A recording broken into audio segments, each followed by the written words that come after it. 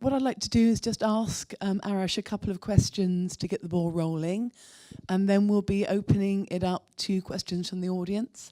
And I think we have some roving mics. So when anyone wants to ask a question, just put your hand in the air and we'll come and find you. So Arash, if I could ask you first, how did you get to hear about the camp in Manus, and how did you come to get to know Behrouz Boochani? خب اینکه از کجا میدونستیم؟ شاید به خاطر اینکه تعداد زیادی ایرانی توی اون کمپ هستن و خب رسانه‌های فارسی زبان بعضیاشون نه همشون این اخبار کمپ رو، اونم نه خیلی زیاد، بعضی وقتا آره بعضی وقتا نه، پوشش میدادن. خب از این جهت من میدونستم. So in terms of knowing about the Manus camp, perhaps it's because there are many Iranian asylum seekers, held captive there, and certain Persian-speaking media cover their news, although not regularly and not very much. ولی اینکه چطوری به این فکر افتادم که این فیلم رو کار کنم این بود که من، حالا داستان طولانی داره، من سعی می‌کنم خیلی خلاصه بگم که یک ورکشاپ فیلمی بودش در بارسلون، ورکشاپ فیلم آقای کیارستمی، که موضوع این ورکشاپ دریا بود و خب افراد مختلف، بچه‌هایی که تو اون ورکشاپ بودن راجع به دریا هر کسی فیلمی میساخت و من رفتم کنار یک دریای زیبای مدیترانه، یه مدرسه‌ای رو پیدا کردم که بچه‌های 7 8 9 ساله باشون صحبت کردم راجع به دریا، ایده‌های بسیار بسیار زیبا و جالبی که راجع به دریا داشتن رو با من در میون گذاشتن. But in terms of the creative process that led me to make the film, it's a long story. I'll try to cut it short. I attended a filmmaking workshop held by Arash Kamali Sarvestani in Barcelona. And the theme was the sea, and each participant was meant to make a film somehow relating to the seaside, to the sea, excuse me. And I managed to found a school, a primary school, just in front of the Mediterranean, and made a short film about the very interesting ideas that the very young students aged 7 to 9 had about the sea.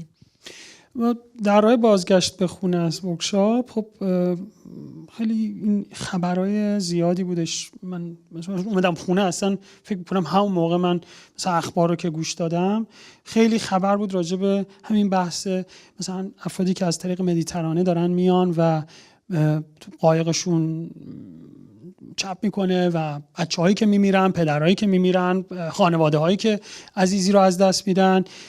همزمان اخبار مانوس و ناورو هم بودش. من خیلی به این فکر کردم که خب چی میشه که من برم این بچه‌ها رو پیدا کنم و نظر اونها هم راجع به دریا بدونم. مثلا بچه‌هایی که تو ناورو، یک کشور کوچیکی وسط اقیانوس هستن، 4 ساله اونجا هستن، یا نظرشون شبیه این بچه‌هایی که تو مدیترانه دارن کنار دریا درس میخونن یا اینکه متفاوته. و همچنین بچه‌های دیگه‌ای که جاهای مختلف تو ذهنم بود. As I returned home, there was a lot of news going on at the time of the sea crossing of the Mediterranean and the deaths at sea, the families that are broken up by all the terrible events that happen. And also there was news of what was happening in Manus and in Nauru detention centers. And I started thinking, how interesting would it be to make a film of children held captive in these camps in Nauru, for instance, for 4 years. They probably have very different ideas about the sea compared to the children I interviewed in Spain. And I was also thinking about other places. من خیلی میخواستم با ناورو ارتباط برقرار کنم، ولی خانواده‌ها خیلی حساسن اونجا. بچه‌های کوچیکن، دوست ندارن جلو دوربین بچه‌ها باشن، از آیندهشون میترسن، از کیسشون که جواب منفی بگیرن میترسن. من حتی راضی شدم به صدا، حتی راضی شدم به اینکه یه انشا برای من بچه‌ها بنویسن و اصلا فقط من این انشا رو برم بدم یه کسی دیگه، یه جای دیگه، بچه دیگه بخونه و یه ویدیو اینستالیشن درست کنم. ولی واقعا ارتباط با ناورو بسیار سخت بود. I was really intent and interested in making a film about children in Nauru, but it was incredibly difficult because the families are rather protective, so to speak, of these young children, are afraid that this could impact their futures negatively, are afraid that it might result in a negative answer to their case, and don't really want them to appear in front of the camera. And even though I was ready to accept works of other kind, for instance, simply voice recordings, or even just small writing samples written by the children that I could turn into a video installation, it was really impossible. تو همین گشت و گذاری که من داشتم در برای پیدا کردن بچه‌ها در نارو، احساس کردم که تازه فهمیدم چه اتفاقی داره میفته اونجا. بیشتر میخوندم متوجه شدم اونجا واقعا داره یک جنایت اتفاق میفته بدون برو برگرد، یعنی اصلا در این شکی نیست، یک کرایم سیستماتیک داره اتفاق میفته. و گفتم من دیگه اصلا مهم نیست حالا با بچه‌ها بسازم، باید یه چیزی بسازم اینجا، با دوربین یه زندانی یه چیزی اون تو بسازم. که این بودش که توی این گشتنه من به بهروز و مقالاش توی گاردین و چند تا روزنامه دیگه برخوردم و یه روز بهش مسیج دادم تو فیسبوک من میخوام یه فیلم بسازم با دوربین تو، آماده ای؟ اونم گفت آره. Wow. So while I did all of this research trying to make this film in Nauru, I realized that what was happening was it's hard to express, but basically a systematic crime that you can't go back on, and that it really wasn't important to make a film necessarily about children, but somehow the situation had to be put on camera. And so I started looking for a prisoner with a camera, and I came across Behrouz's articles on The Guardian and on other newspapers, and I wrote to him on Facebook, I'd like to make a film using your camera, would you agree? And he said yes. Could you just talk a little bit about how you managed to work remotely, and also, obviously, you are a filmmaker, Behrouz is a journalist, so how did you manage to kind of work creatively together? خب در این رابطه خیلی تکنولوژی کمک ما کرد، خیلی اینکه دوتامون علاقه داشتیم به کیارستمی کمکمون کرد و به نظر من تمام کمبودها یا سختی‌های فیلمم عملاً کمک کننده شد به ارتقای فیلم. We are very lucky in the sense that technology helped us a great deal. Our mutual respect and admiration for the work of Abbas Kiarostami helped us a great deal. And I believe that all the difficulties and weak points of the filmmaking process actually helped the film a great deal.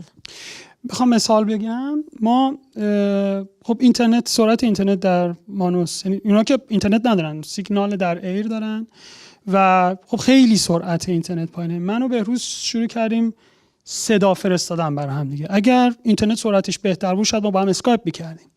من معتقدم اگه با هم اسکایپ می‌کردیم فیلم چیز دیگه میشد.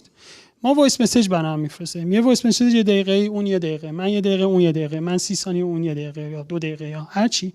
این خودش با اینکه در ابتدا به نظر میرسه که خیلی اذیت کننده است و بود، ولی این کمک میکنه که دو تا آدم اول به حرفم گوش بدن. به حرفم دیگه گوش بدن، یعنی من با اون حرف میزنم، اون داره به حرف من فکر میکنه، من دارم به جوابم فکر میکنم و این اصلا نمیشه ارتباط برقرار کرد. به خاطر همینه که دو تا فیلم ساز نمیتونن معمولا با هم فیلم بسازن. Just to give you an example, at the start, you can't really speak of a Wi-Fi connection in the Manus detention camp. There is a sort of signal in the air which, if you're lucky enough, you can capture. So that means that we started communicating via WhatsApp voice messages with Behrouz, 1 minute long, 30 seconds long, 2 minutes long. And I believe that if he had had a better internet connection, we would have Skyped instead, and the film would have been completely different. And although it really was very difficult and annoying and frustrating to have this protracted initial process of sending and receiving voice messages, I think it allowed us to really listen to each other's words and make a good film together. Whereas I think in a sort of more normal and quick setting, two filmmakers can't make a film together, or it's very difficult for them to do.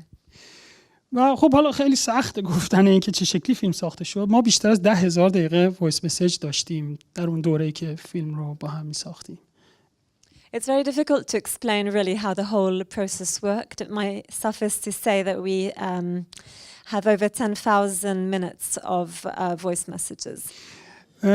یعنی تقریبا روزی 3 ساعت تو اون 6 ماه تقریبا، و اون 3 ساعت زمانی بودش که برای اونا صبح خیلی زود بود که بهترین زمان سرعت اینترنت بود و برای ما بدترین زمان بود. یعنی من ساعت 12 شب بود بعد میخوابیدم و من چون از 2 بچه مراقبت میکنم تو خونه و همه کارهای خونه رو انجام میدم، میتونستم 12 تا 3 با بهروز صحبت کنم و اون احتیاج داشت که من باهاش صحبت کنم و بعد 3 تا 6 میخوابیدم. 6 دخترم با لگد از خواب بلندم میکرد.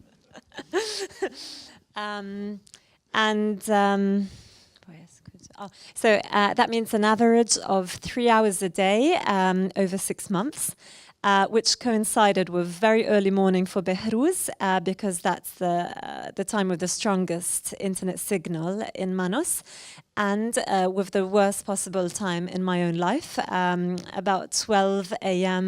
to 3 a.m. Since I also take care of my 2 children and I do a lot of the housework, it was very difficult. But yet, on the other hand, Behrouz needed to talk to me, and it was crucial in terms of filmmaking. So I'd speak to him from 12 to 3 a.m. every early morning, sleep from 3 to 6 a.m., and then get woken up by my daughter's kicks at 6 a.m. این هم باز کمک کرد به من، چون من بیشتر احساس کردم که زندانیم. واقعا این اتفاق افتاد و یه دپرشنی که هنوزم که هنوز دارم و همون 2 نجات منو نجات دادم، وگرنه الان احتمالاً نمیدونم یه جای دیگه بودم اصلا. But again, this helped me in the sense that it really made me feel captive and also caused me a long depression, which I still have. And it's really my 2 children who saved me. If they hadn't been around, I don't know where I'd be now. من میتونم بیشتر صحبت کنم ولی نمیدونم چقدر وقت داریم. There's a lot more to say, but I'm not sure how long we have. Well, I think let's open it up to the audience, because I'm sure there'll be some questions here as well. Anyone would like to put up their hand? We have 2 mics. Oh, this lady here. Thank you. Thank you for that very powerful film. I have one question and one comment. The evidence that was being compiled by Behrouz throughout the film, is there anything you can say about that? Has that amounted to anything through that process and afterwards?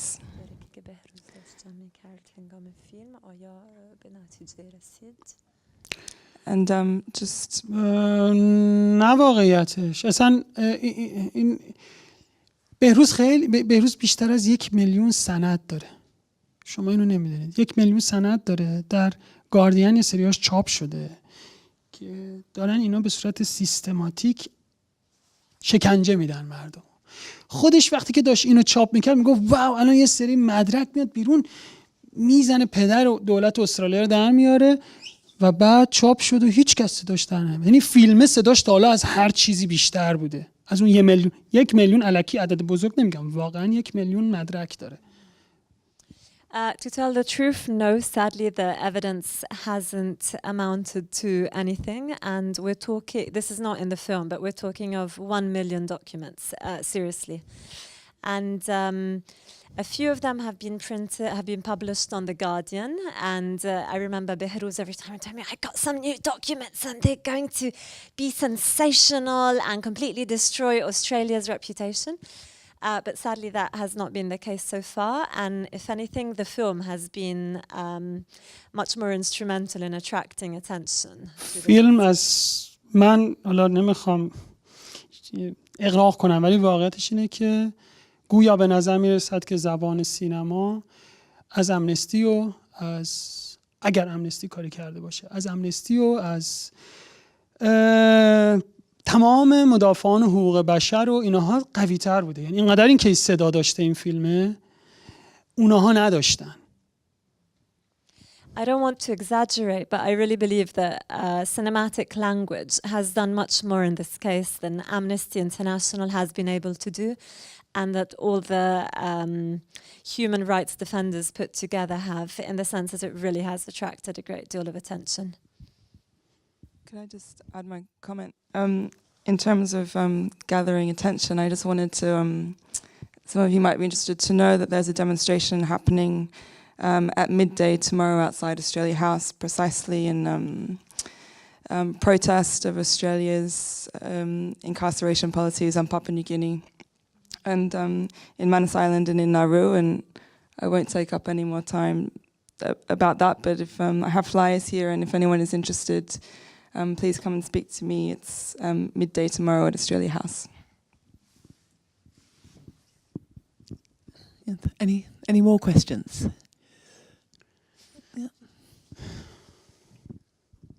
It was a really great and moving film. I just wondered, what's the aftermath for them now? Because they're still living there, and all the people you filmed. Because he obviously seems to still have access to his phone.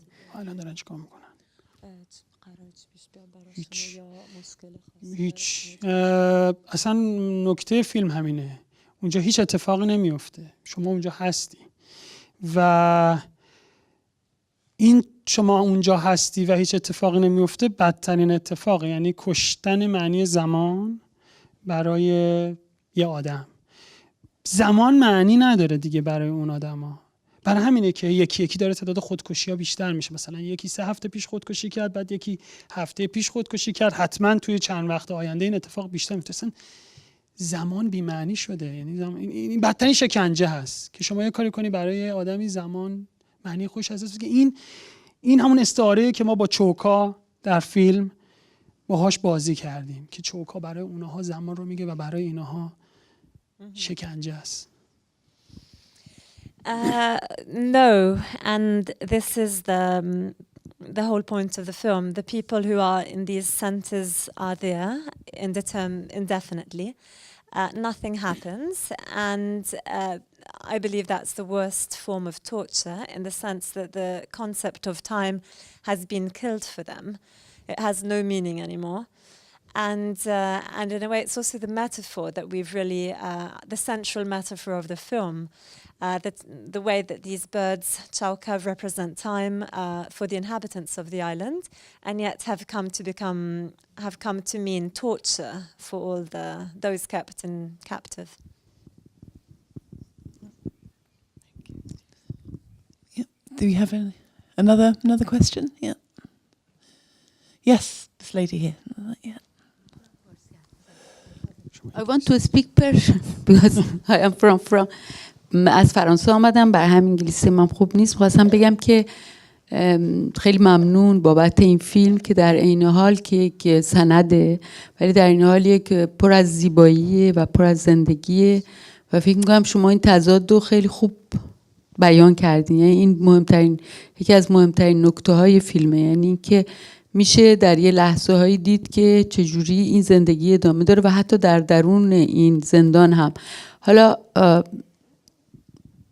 از این تعریف کم میکنم. سوالم اینه که برای کسی که برای بهروز که اونجاست این چه میدونین، به خاطر اینکه این سکوتی که شما بهش اشاره کردین، حالا خب امیدوارم خود این فیلم یه حمایتی باشه برای اون، ولی به هر حال کسانی که تو این فیلم مشارکت کردن این عوارضی که براشون داره چی میتونه باشه؟ I'll translate the question. So first of all, the lady would like to thank the director for this great film. With this fantastic contradiction of imprisonment and torture, and yet the amount of beauty and life that we see throughout the film and that we see in the camp. And secondly, the question is, what is the worst thing that could happen to the various characters we encounter in the film for having participated in the film? اول حالا در رابطه با کامنتشون من سریع چیز کوچیکی بگم. جورای مختلفی میشه یک جنایت رو راجبش حرف زد. میشد اینجا یه جوری فیلم رو ساخت که مردم اینجا گریه کنن، بچسبن به صندلیاشون از شدت وحشت و بعد برن خونه‌شون دیگه اصلا نخوان راجبش فکر کنن. میشه هم یک جوری داستان رو تعریف کرد که مردم فکر کنن راجبش. این تازه به قول آقای کیارستمی بعد از اینکه فیلم تموم شد تازه براشون فیلم شروع بشه. این راجب کامنتشون. حالا من راجب So, first of all, in answer to your comment, there are many different ways to talk about a crime. You can make a film that upsets the audience so much, makes them cry so much, that they go home completely exhausted emotionally and never want to think about the theme ever again. You can also make a film that instead makes people think, as its main aim. To quote Arash Kamali, he used to say that the real film should start in people's heads after they've seen the film. در ارتباط با سوالشون واقعیتش اینه که دولت استرالیا خیلی دولت عجیبیه. من فکر کنم عجیب ترین سیاستمدارایی که من حالا خیلی آدم سیاسی نیستم و خیلی هم اخبار سیاست رو دنبال میکنم ولی حالا خیلی متخصص نیستم، ولی اصلا یک موجودات عجیبی هن. حالا تو فارسی ما یک جمله داریم، نمیدونم چه شکلی میشه به هلندی به انگلیسی ترجمهش کرد که اینا دیگه تنو دادن به بی‌آبرویی، اصلا براشون مهم نیست و اصلا براشون مهم نیست بهروز چی کار میکنه چی کار نمیکنه، اینا دارن کارشون انجام میدن. چرا؟ چون هیچ کی بدون استثنا هیچ کی براش مهم نیست اونجا چه اتفاقی داره میفته. حتی آقای باراک اوباما روز آخری که میخواد بره، یه ماه مونده، میاد یه قرارداد میبنده. تو تمام این 4 سالی که بوده تو قدرت یک بار نیامد فشار بیاره به دولت استرالیا اینا رو ول کنید، ولی ماه آخر که داره میره یه قرارداد میبنده، ما اینا رو این باز داره با اینا بازی میکنه. چرا؟ چون میخواد یه مشکلی برای ترامپ به وجود بیاره. فقط یعنی آدما رو میکنه بازیچه انتقامجویی. حتی کسی مثل باراک اوباما هیچ کی براش این آدما مهم نیست. اونا هم هر کاری میخوان با اینا میکنن. So in answer to your question, it's hard to say in the sense that I find Australia's policies very bizarre and its politicians, the weirdest politicians I have read about or know about so far. I'm not an expert of politics by any means, but I think they really are very strange creatures. And the reason why nothing's changing, why they don't really care at all about what Behrouz is doing or not doing, is that no one, absolutely no one in the whole wide world has a minimum interest in these people in the detention camps. Is not concerned in the slightest. And even someone like Barack Obama, during the last 4 years of his presidency, did not move a finger, never put any pressure on Australia to try and change the situation. The only thing he did was 1 month before ending his presidency, he signed a contract, and I believe only in order to create problems for his successor. So if even someone like Barack Obama doesn't do anything, there really isn't much hope. حالا شاید من یکم بدبینم، ولی خب من خیلی مدتیه توی این داستان هر روز و شبم گرفتارم، واقعا اصلا گرفتار شدم، دست خودم دیگه نیست. یه مقدار بدبینم چون میبینم هیچ کسی هیچ کاری نمیکنه. البته تشکر میکنم از من از 2-3 نفر، باید واقعا 2 نفر تشکر کنم. خانم ونسا ردگریو، یک اصلا مردم بریتانیا باید افتخار کنم به اینکه همچین فرشته‌ای اهل این کشوره که یه روز اومد تو سالن سینمای جشنواره سیدنی، تو سالن سینما مثل یکی از همین افراد که اینجا نشستن، و بعد که فیلم تمام شد تقریبا حالت گریه گفت من از این فیلم حمایت میکنم. و کلر استیوارت و جشنواره فیلم لندن، من واقعا تشکر میکنم از اینا، چون هم بحث سیاسی ماجرا رو گرفتن هم بحث هنری. فهمیدن این فیلم ارزشمنده. ولی دیگه مثلا کی؟ شما بگو بشمارید بعد از اینکه فیلم تمام شد چند نفر اصلا اقدامی کردن در رابطه با این کمپ؟ So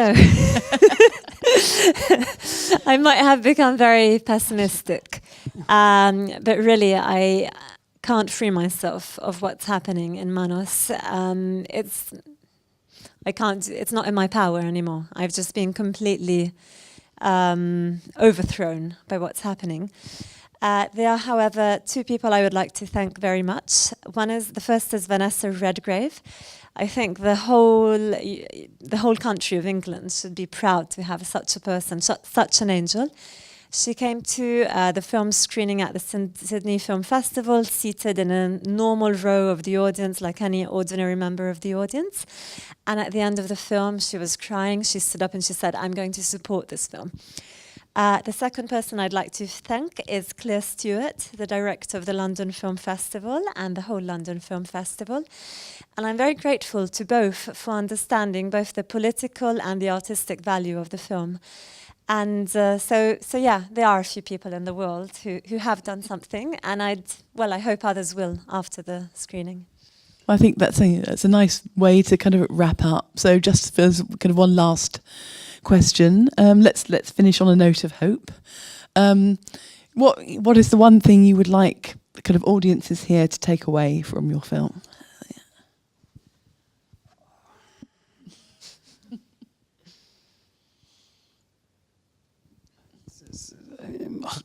این سوال نمیشه جواب داد. من حتی از جلسه پرسش و پاسخ خوشم نمیاد، چون این فیلم باید تمام میشد، مردم راه بیفتن برن خونه‌شون، بعد بهش فکر کنن. ما خرابش کردیم اینو.